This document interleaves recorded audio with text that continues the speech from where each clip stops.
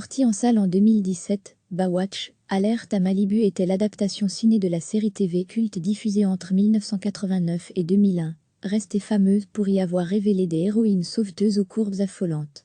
Et parmi elles se trouvait Pamela Anderson, qui déboula dans la série à partir de la saison 3, en 1992. Si l'intéressé s'est fendu d'un caméo dans le film de Seth Gordon, En même temps, pouvait-il en être autrement, diffusé ce lundi soir sur M6, la comédienne ne s'est pas privée de flinguer, a posteriori le film.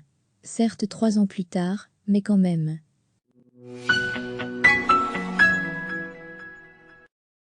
Pamela Anderson. En 1992, la Canadienne fait sa première apparition dans la série dans l'épisode 1 de la saison 3 de manière assez improbable. On la voit dans un canoë-kayak rose bonbon, puis sur un rocher en train de jouer du saxophone, dont elle joue réellement dans la vraie vie. Elle incarnera CJ, pour Kazé-Jean Parquet, la plus emblématique des naïades de la plage, et se mettra brièvement en couple avec le Lyonnais David Charvet, également au casting. Un rôle qu'elle reprend en 2017, à l'occasion d'une courte apparition, dans l'adaptation cinématographique Baywatch avec Dwayne Johnson, un film diffusé ce lundi à 21h05 sur M6. C'est d'ailleurs cette année-là que l'ancienne Playmate confirme son attirance pour les franchis en craquant pour le footballeur de l'OM Adil Rami.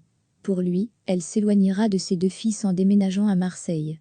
Malgré leur différence d'âge, leur relation tiendra bon durant 2 ans, avant qu'elle ne l'accuse d'infidélité et de violence domestique. En 2018, sorti en salle en 2017, Baywatch, Alerte à Malibu était l'adaptation ciné de la série TV culte diffusée entre 1989 et 2001, restée fameuse pour y avoir révélé des héroïnes sauveteuses aux courbes affolantes.